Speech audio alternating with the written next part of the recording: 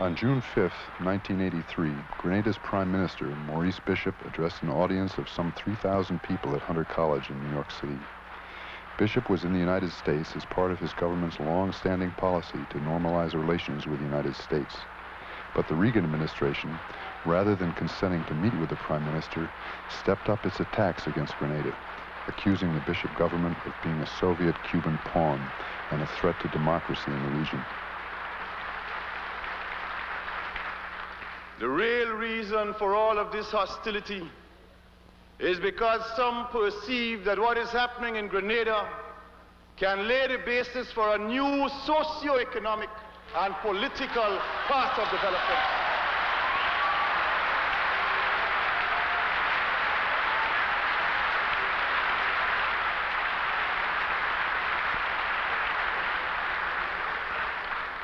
They give all kinds of reasons and excuses, some of them credible, some utter rubbish. There's an interesting one that we saw very recently in a secret report of the State Department. I want to tell you about that one, so you can reflect on that one. That secret report made this point, that Grenada is different to Cuba and Nicaragua, and the Grenada Revolution is in one sense even worse, I'm using their language, than the Cuban and Nicaraguan revolutions, because the people of Grenada and the leadership of Grenada speaks English and therefore can communicate directly to the people of the United States.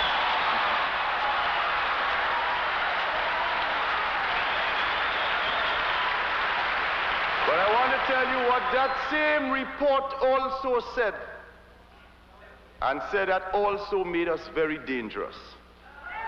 And that is that the people of Grenada and the leadership of Grenada are predominantly black.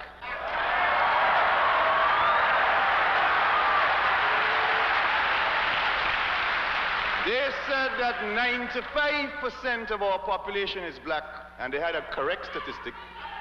And if we have 95% of predominantly African origin in our country, then we can have a dangerous appeal to 30 million black people in the United States.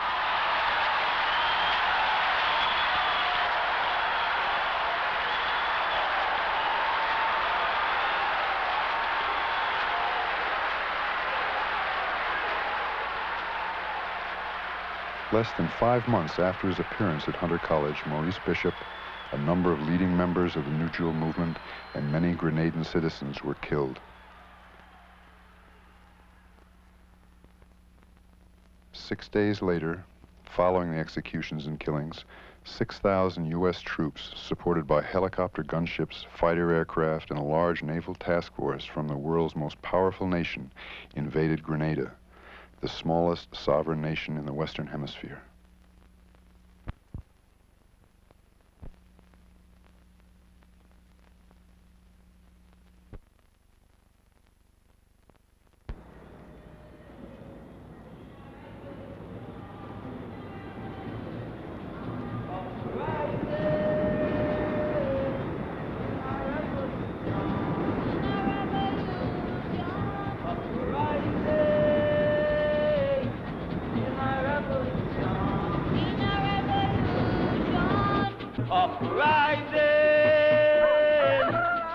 When we explain the gains of the revolution, to take them out of this old style, where they just come from their field, and from the field to their bed, after a while, people begin to understand that our lives don't have to be so hard.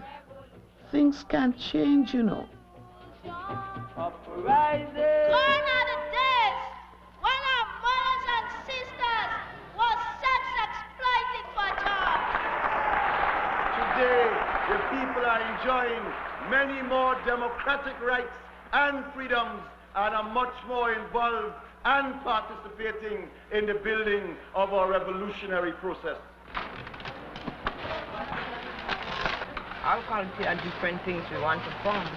Mobilize the people, teach, learn for myself, the youth, the old, the young, in education, all sorts of things. that is being held to build the revolution.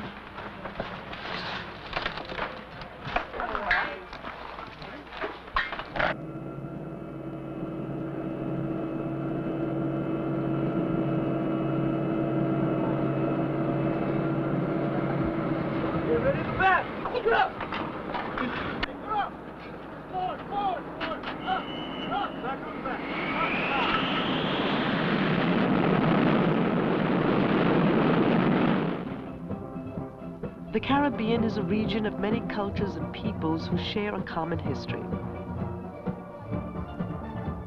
Grenada, Carriacou, and Petite Martinique make up a small country in the Caribbean Sea. The country's 110,000 people are mostly of African descent. They took control of their lives and their future through a revolution on March 13, 1979, the first revolution in the English-speaking Caribbean. If we are going to talk about the revolution in Grenada, first of all, there was no freedom. There was definitely a government that was in power to keep down each and every person in this island that had the ability or the ambition to lift the head above the water. We know that for a fact. So we're in a different era now, all that means. Grenada, a big evolution. In a little country. In a little country. Yes. When they see what Grenada doing, and they see progress is making. We know the future, we could see the future coming towards us, right?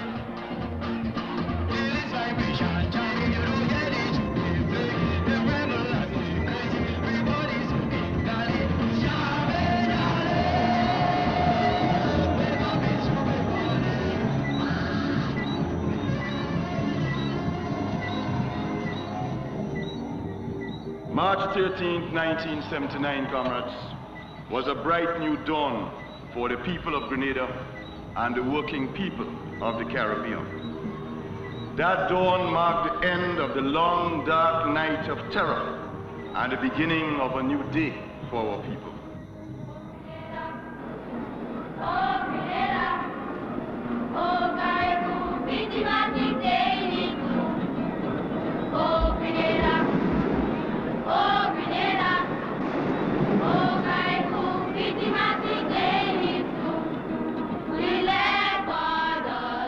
As Prime Minister Maurice Bishop said, this revolution is creating a new democracy. It has opened up great opportunities for the people to participate in making the decisions which affect their everyday lives and the future of their country. Oh, Grenada! Oh, Grenada! Oh, Caribou, pretty magic feeling is true. Oh, Grenada! Oh, Grenada! Oh, Caribou, pretty magic feeling is true. Whenever your heart needs action, will it start to fly? To bring about a revolution. For your money in rich treasury, and the people no longer hungry, and in building a new society. Free Grenada, free Grenada, free Caribou, free democracy, free choice. It has brought them hope. It has brought them joy. Free Grenada, free Caribou, free democracy, free choice too. I once thought that a man has a right to love, maybe a woman or something of the sort. But I later learned that a man has a right to love his country first. We slave for a colonial system, or a capitalistic, or imperialistic system. But no, we're slaving for ourselves. If you call it slavery, we're slaving for ourselves.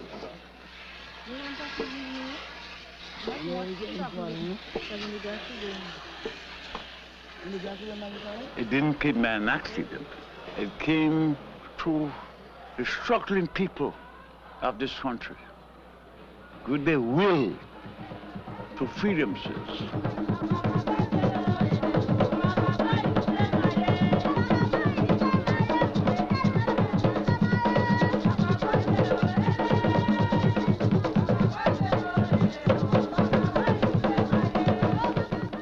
First, the Arawaks inhabited the island, and then the Caribs, from whom the region gets its name. When the Europeans came to the region, many Caribs resisted and were killed. Some leaped to death in the sea rather than submit to domination.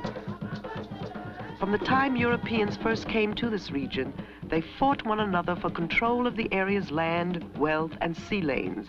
Some of the territories fell under British control, others under Spanish, French, or Dutch, but all suffer from the effects of 400 years of exploitation.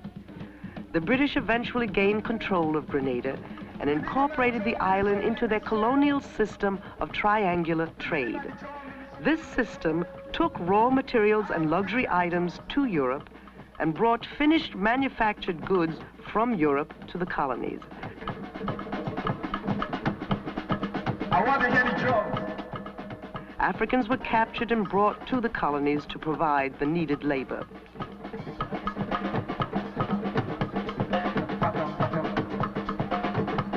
When them colonial powers came here, they raped us, they beat us, they accuse us, and they refuse us. Following the abolition of slavery in 1833, the former slaves were free to work as wage earners on the large estates owned by a local elite. But the triangular trading pattern still continues. Anything of ours that had any value, had any worth, anything that we are able to produce that can get some money for, have been shipped away.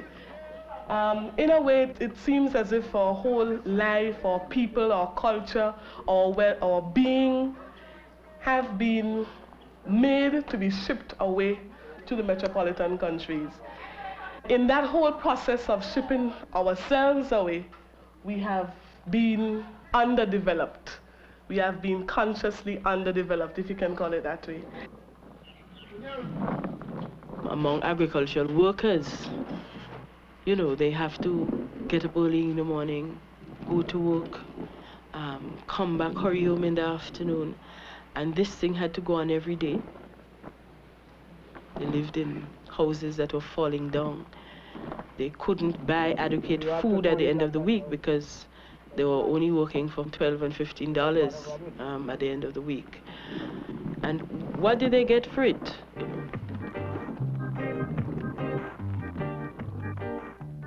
When the industrialized countries suffered under the Great Depression of the 1930s, many Grenadians were forced to go to other islands seeking work. There they soon became involved in the trade union and anti-colonial movements which had sprung up throughout the region. In the early 1950s, one Eric Gairy returned to Grenada and organized a union for agricultural workers. He used this position to gain political power, and when Grenada became independent in 1974, Gairy became its first prime minister. Sir Eric Gairy permitted the economy of his country to continue to serve foreign interests, and he aligned Grenada with other repressive regimes. At the height of Gairy's repression, he sent members of his security force to Augusto Pinochet's Chile for training in torture techniques. What's that? Nice to see you. Nice to see you. Who's your friend?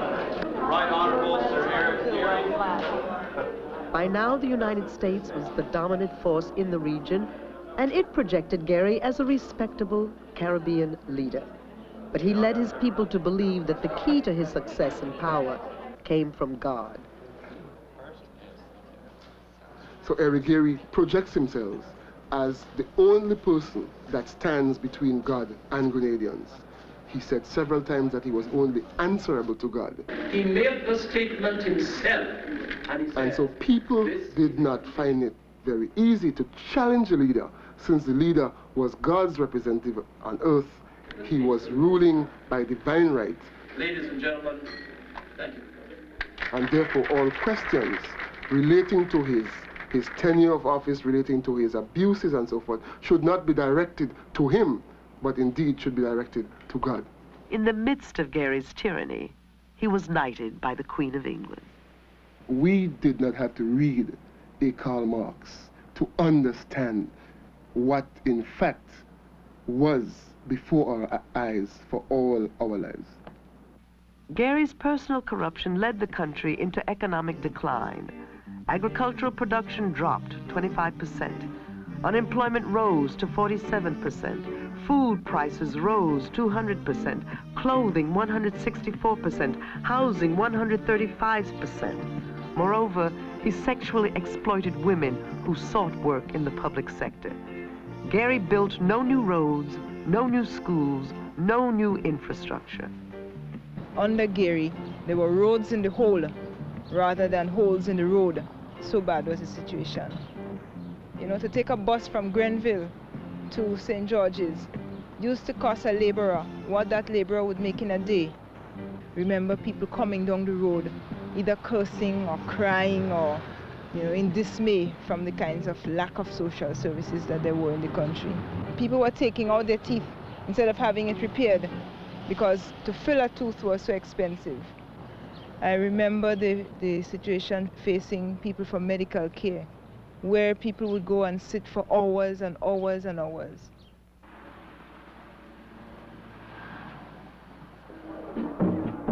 These conditions led to widespread anger and dissatisfaction among Grenadians. The New Jewel movement became the leading opposition party, presenting the people with a platform which clearly outlined a new social and economic system. This approach allowed the people to organize their anger against the Gairy regime and his secret police force, the Mongoose Gang. You look at the Mongoose Gang, and their job, as given by Gairy, was to harass, intimidate, beat up, and murder anybody who was opposed to Eric Gairy. They even assassinated Rupert Bishop, the father of the present Prime Minister. Gairy moved in with more and more army forces, and then the guns started firing. I was backed by 4 gunmen. But I passed through because I can't walk faster than a gunshot.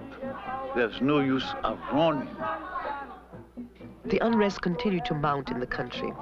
In 1979, Gairy planned to have the entire NJM leadership killed while he was on a trip to the United States. The plan was that Gairy was going to leave the country on Monday midday, and the instructions that were being left behind was that we should be liquidated.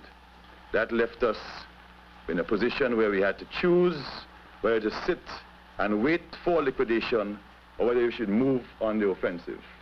What we did was that from our positions in hiding, the decision was taken that the next morning we should, at this point in the name of the people, move to seize power from the hands of dictatorship. It took approximately 24 hours for the revolutionary forces, people who responded to the call of the revolution, to in fact seize political power in our country. The government of the criminal dictator Eric M. Gairy has been overthrown. Only 2 people were killed during the revolt. The Mongoose Gang was detained in prison. None were executed. Not even the men who killed Rupert Bishop were harmed. All religious rights and freedoms are now restored. When describing the day of the revolution, a 72-year-old woman said, "When we hear news of the revolution, it was joy come out. I lifted above the sky."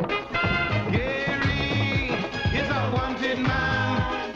But this new freedom also meant facing the reality of a country in complete economic disarray. Nearly half of the workforce was unemployed. There was only $24 left in the national treasury. The new government and the people had to move swiftly to bring benefits to the people and at the same time institute a plan for long-term economic stability. Well, the revolution means a lot to me. It means a lot because it helped me so much that I can't really, tell how great the things, it means a lot. Everybody putting their hands and hat together And I feel we're making a lot of progress because you're seeing the country go forward. You could see the action of the people with smiles and things. 3 years after the revolution, the World Bank reported a growth in Grenada's economy of 2%, at a time when most of the other countries of the world were in an economic decline. Despite the ongoing hardships, people can see that things are getting better. Over 12,000 people have benefited from the housing repair program. Low-income housing is available for the first time. Healthcare is recognized as a right for all people. We've had an increase in the number of doctors that are working in the General Hospital, the subsidiary hospitals in Carib Indians. We have not only had an increase in quantity, but we've had an increase in quality.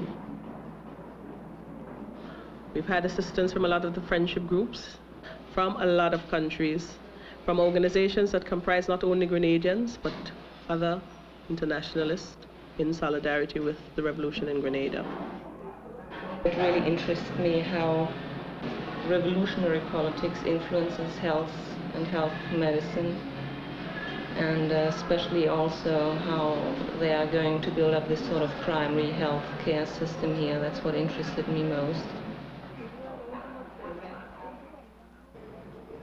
To maintain their power, the colonialists kept the people uneducated, thus preventing the development of the country.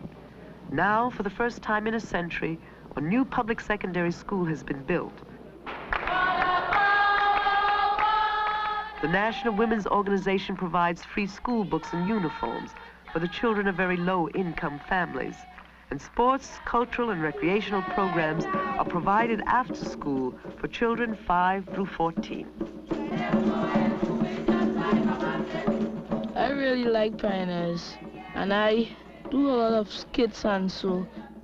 And in the Pioneers, we encourage all to be good at school, to learn the lessons and so. And later days to come, we could be the Prime Minister or the Minister also. From the southeast and central zone, we have Nico Church. We want the kids in the United States of America to be free as we in Grenada. In revolutionary Grenada. We are the flowers of the revolution, the pioneers. Look at it again. When we have free education, you don't have to pay for that. Sometimes ago I know I had to pay $50 a term for my son to go to school and my daughter. But now here it is, free education. Our people have made the revolution.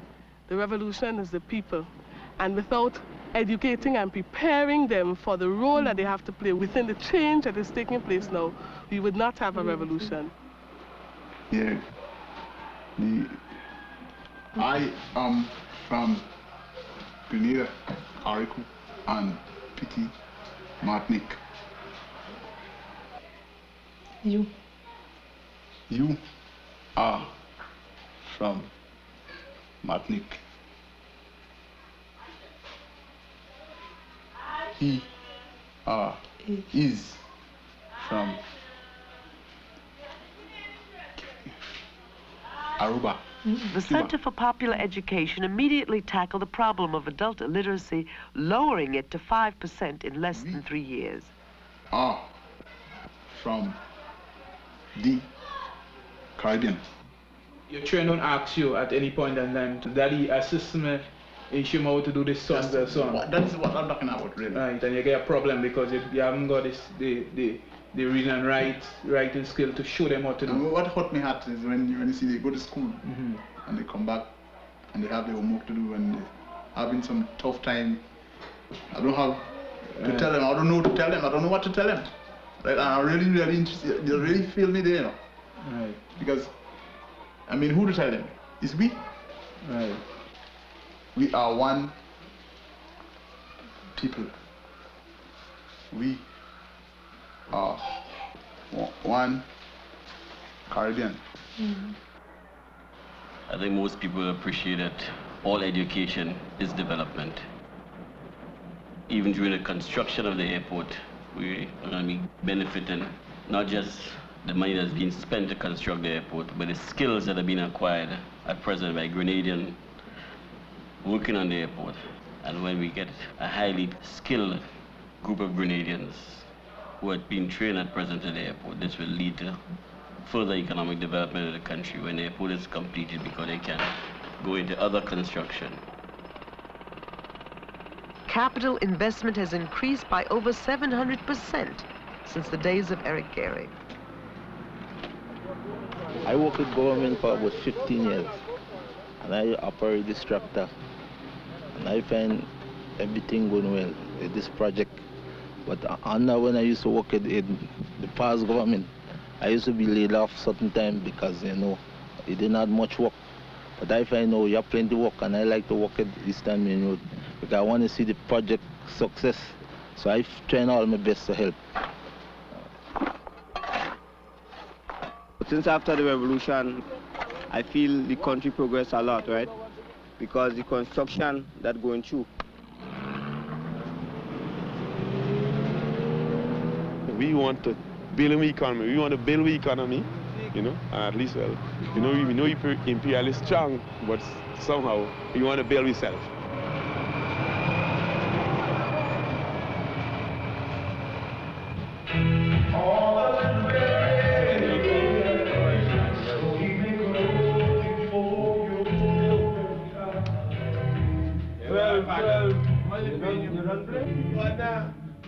What they paying you for this stuff? What they paying you? Let me see. Is one of us? What they paying you? Nah. What they gonna do? No, what you do? No, you can't be. Go back and see. Because you, I'll make a shift. Sit down, you won't make nothing because it's easy. And they will take you out to the clinics and that's what they What's the way decide to bring out the whole of We have to understand that after 400 years of backwardness and dependency, it is sometimes difficult to get people to do things for themselves that is difficult to do. In NWO, we have a major role to organize women, to educate them to understand that as women, they have to struggle to bring more benefits to themselves. Have transport for young, old, and everybody. And it is a difficult task, you know, for NWO organizers. You NWO badge, handle it with care. Yes, we have to sit down and have a lot of talking with the people, because some hard and some very hard. Gradually, we start unfolding and telling all different games. I say, well, if you join the group, you're not going to come to meeting every meeting night, or every meeting day, or every rally you're going to go or so. But it's a struggle for women, and you're a woman. The National Women's Organization has secured laws guaranteeing such rights as equal pay for equal work and paid maternity leave. Still, women are often uncertain of their new role in the society. And some of them say, oh, I'm not going to join this thing will collapse and all kind of a thing. But up to last night, we had the meeting and one was right by me. And they enjoyed themselves well. And that is what we want. Not a brother, but a sister working on it. That's a tremendous step forward for women.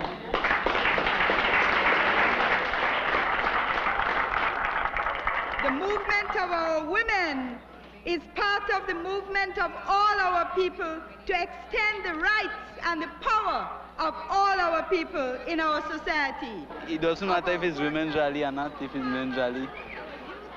It's just the same thing, the same struggle. There's a workers' class where they educate the workers, the young, the old. Before that, under the Gairy government, we know nothing about workers' class. But right now, under this present government, we have a workers' class and educating the workers. Some of them who leave school when they were small, right now they're getting education about the years gone by, history. I'll put another way, the different class forces involved. Right? In this struggle. You understand what I mean? Workers have come from a background of myth, fallacy, and they have been brambled and misused in the past. the working class must begin to look and see what role it is playing, how things are affecting it. This is something we saw before as we studied, right? Most of them have left school and probably from that time never related to anything in any manner like that. In the beginning, we did have a lot of problem in convincing some workers that they should participate in the class. And some of them were a little bit skeptical and, you know, they didn't have too much confidence, right? But as they got the substance of what the class is all about, the participation increased. What happened for later? We can take 2 drinks for later? I could take it right now. From the time you put the banana into the ground, you have to know the end result. You actually have to end up knowing who is going to eat that banana. The whole process, which boat takes it, you know, how much it costs, and who pays for it. And to learn all the intricacies. And this is something that has been very much neglected. Now, if the workers do not understand that, how then could they really apply themselves in a meaningful way to ensure that what they are doing is successful?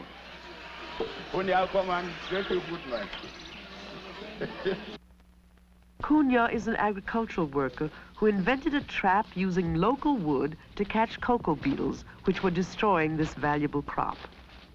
Well, you see, I understand by ownself. That is the very method for it, the trap. So by that we put it set like that. Once the beetles have been attracted away from the cocoa trees and onto the traps, workers collect the small piles of wood and kill the insects. When you consider that 2 years ago on a farm like this, you have had literally hundreds of these beetles. And today when you walk around, you literally have to search well in order to see a beetle. The thing I could find now is one dead one I had very long in a bottle. Cannot find none of the estate again in a hurry. So if you kill out the beetle from the area, no damage, more cocoa. Agricultural workers have the potential, and once they're given the proper environment, once they're given the freedom to think, and there's a sense where they see they have a role, and there is something which gives them an independence and a status, people will come forward with fantastic ideas.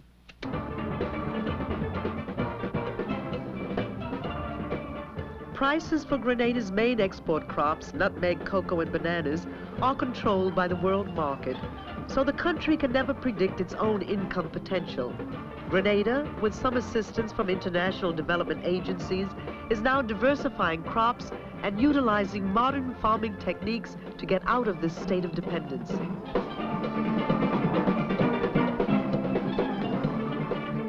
What we see happening now is the production of our goods put to the benefit of our people. The whole question of agro-industrial development, the whole question of our people looking into our culture, our identity, studying our history to see how we can change this process, how we can start holding what belongs to us within our country for our own development.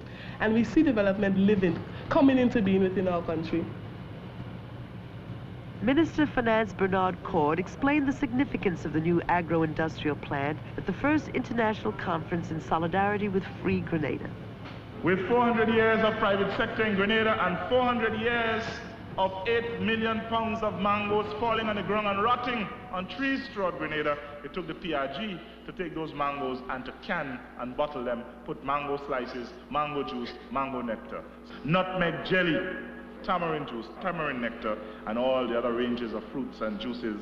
All of them, first of all, researched, developed, perfected, and now mass-produced by the People's Revolutionary Government after 400 years of private sector.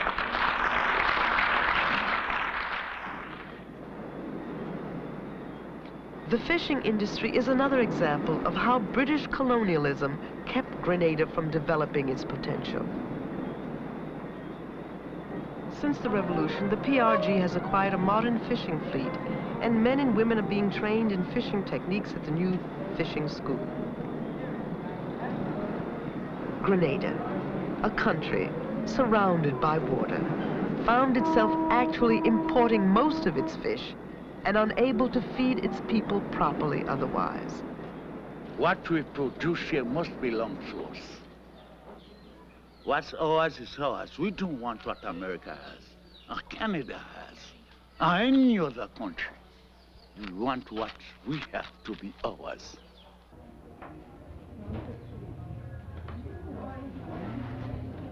I am responsible for coordinating food and nutrition programs throughout Grenada, Carib and Petit Martinique. What we have done since we started is to initiate a system of nutrition assistance to each parish. Our nutrition assistants have been able to make direct contact and face-to-face contact with people in the community so that they're able to discuss what their nutritional problems are, particularly with their young children. A campaign to eat local has been necessary because colonialism encouraged the people for generations to think that expensive imported food was better. Local foods were symbolic of poverty. It's only when we recognize the root causes of this kind of problem, and the root causes in our situation lies in the effects of imperialism and the way they want to keep us down, the way the countries who have the money, the countries who produce the grain, for example, which is what our people depend on. 70% of our energy intake comes from flour, you know, and that is controlled by the United States. The export of it, the price of it, and all that, right? And people are encouraged to eat this rather than to eat what they produce. People are encouraged to continue at a low productivity level so that they continue to be the consumers of wheat.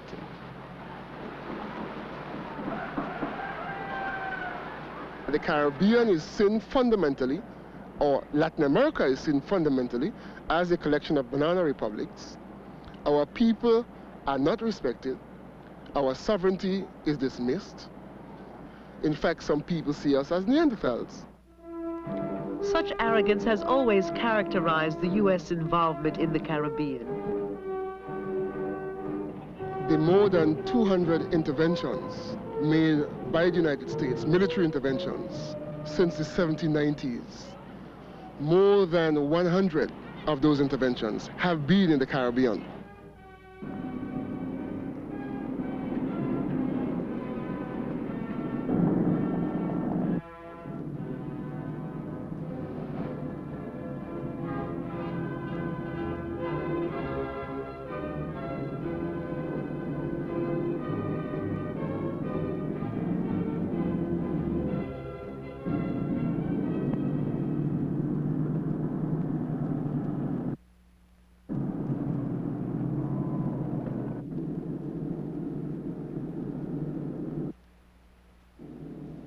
All of these actions have been taken under the guise of fighting the spread of communism and defending the region for U.S.-style democracy.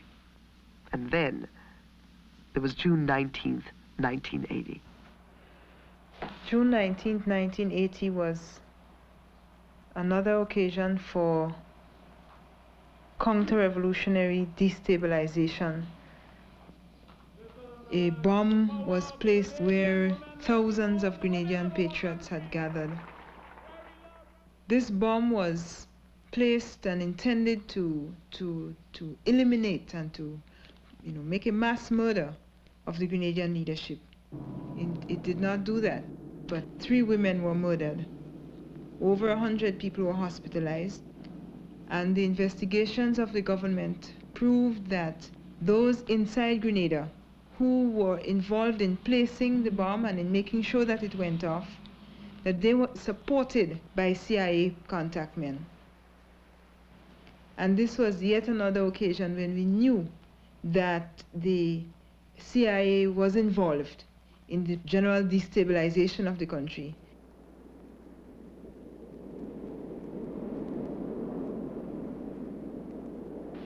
On the small island of Grenada, at the southern end of the Caribbean chain, the Cubans, with Soviet financing and backing, are in the process of building an airfield with a 10,000-foot runway. Grenada doesn't even have an air force. Who is it intended for? The Soviet-Cuban militarization of Grenada, in short, can only be seen as power projection into the region, and it is I in have this talked with important appropriate Navy personnel as well as Air Force personnel who stated unequivocally to me in direct response to questions that I raised. And their statement was that there is no military significance to this airport on the island of Grenada whatsoever. The problems in that region of the world are economic, political, and social and economic. And they have to be solved in that context. These are not military problems. Runway 26. The present airport is too small for cargo planes and for jets, making it inadequate for meeting the needs of Grenada's agricultural and tourism sectors. Right now, a lot of people are complaining it's trouble to get to Grenada. And when we have our airports, we won't have that problem anymore. People will be able to leave the States, Canada, wherever they're from, and fly direct here. It'll be much easier for them. Tourism is second to agriculture as Grenada's source of foreign exchange. The State Department actually contacted travel agents and told them that the government would not be responsible for the safety of U.S. citizens who visit Grenada. The new airport will have a 9,800-foot runway, which is a minimum standard length set by international aviation authorities for the landing of jets. Private firms from the United States, Britain, and Finland have performed major parts of the construction work, but by far the greatest assistance in both funding and construction has come from Cuba. It would not have been possible without the help and assistance of the Cuban. Long live Cuba-Grenada friendship.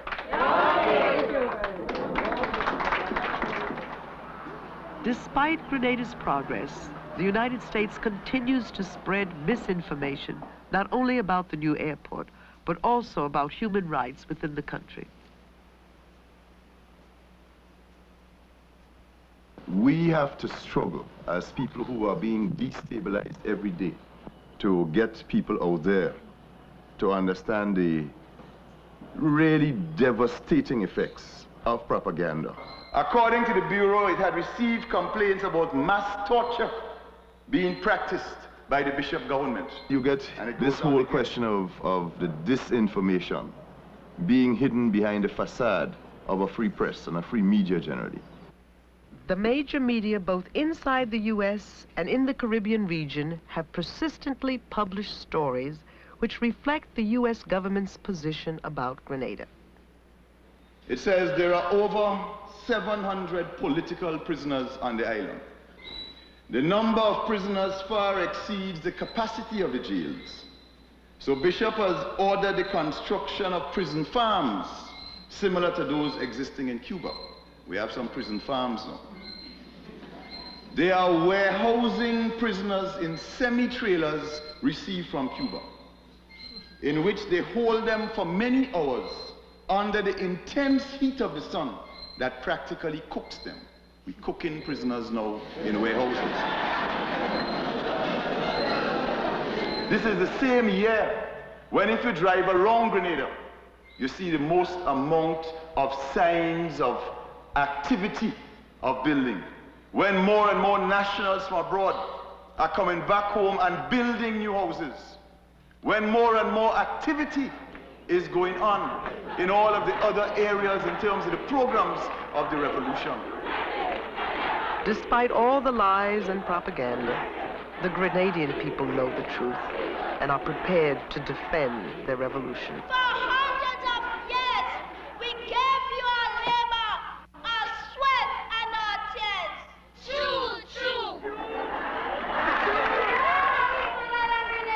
I think you are very rude to answer me like that. Mr. Imperialist, I am not rude. It is just that I'm fed up with your domination. Why won't you leave me alone? I want to survive in peace. Why do you keep on troubling my economy? We want to terror. We want to terror. I know I was in pressure when Gairy was in power. And now I'm free, thank God. Well, we all was under pressure because I was just... We all under pressure. I used to hide myself. I joined the militia because I'm trying to protect my grandchildren. Of course. Right? And through I in it, many others join because I'm in age. And if I in age and I could join, the others take step. Me, as a militia woman, I feel as I am equal to any man inside here in defense, but when it comes for cooking or whatnot, I will take up my pot and cook. But when it comes for defending my country, I will defend my country. Besides the man.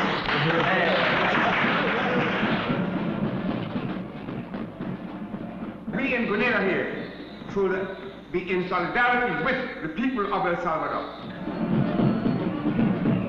Our revolution was the first revolution in the history of the English-speaking Caribbean.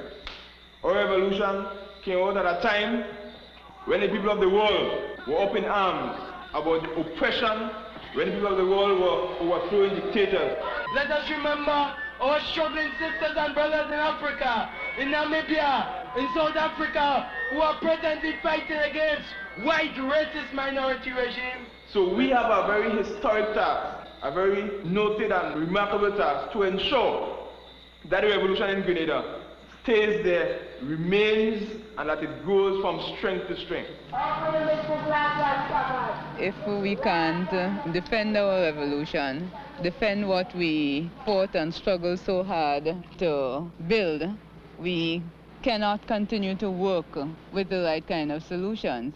If we allow imperialism to turn back this revolution, then we might as well stop working in nutrition because we will not be able to do the kinds of things that we are doing. Because the kinds of things we are doing are related to solving the problems of poverty. Ordinary step! March! So otherwise we just touching the surface and we're not really answering any questions. We are working without answering any questions.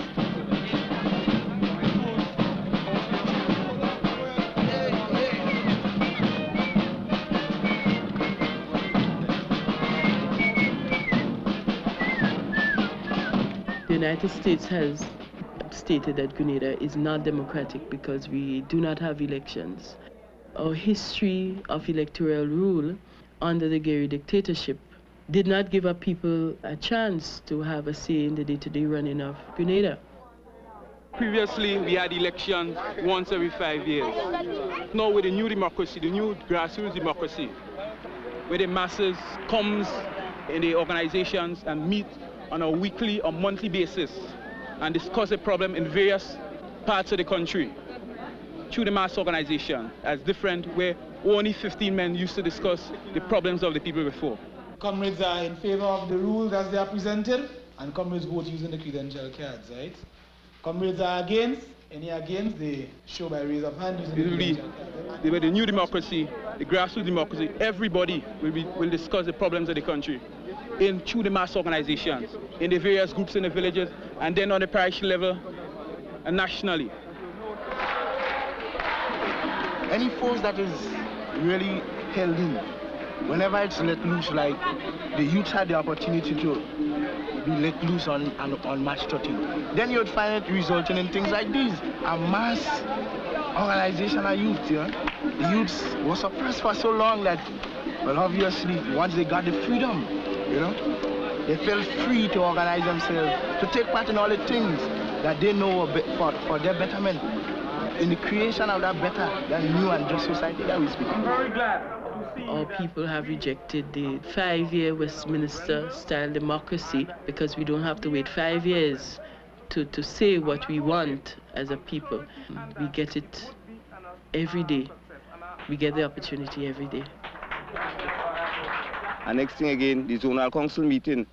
We never had that under Gairy dictatorship, right? But now that we have it under this government, you could go in, tell them, well, what you feel you want for your villages and different places, right? What you feel they should do.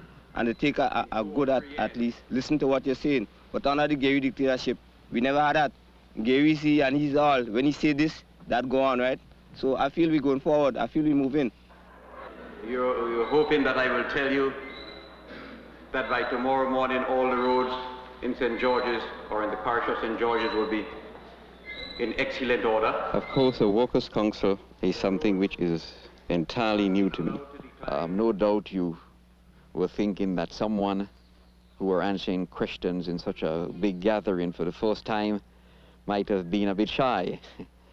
But no, the workers' council, one is able to do exactly what the workers' council is intended to go there without being ashamed and ask and answer questions in the best possible and honest way in which one can do so.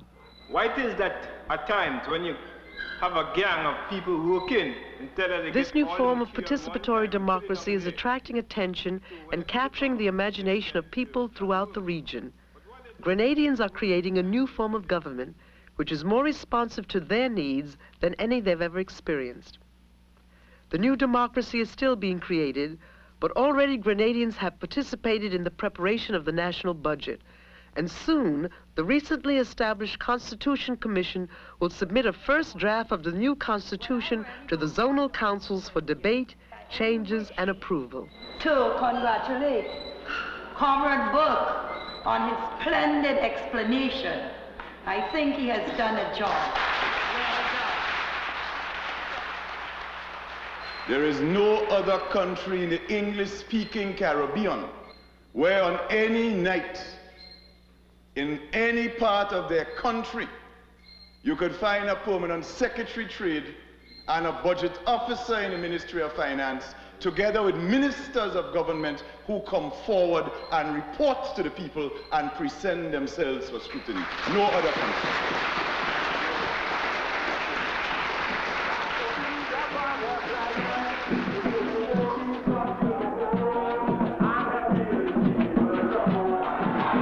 Long live friendship, solidarity, and cooperation among the people of the world.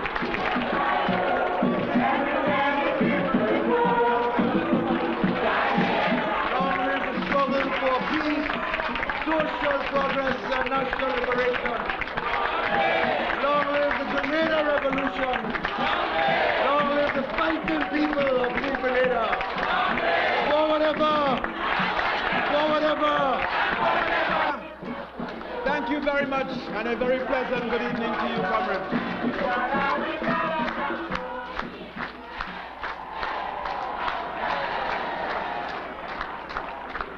I think by now, most of the people have get to the understanding of what all this thing is all about. Girl, it's wonderful.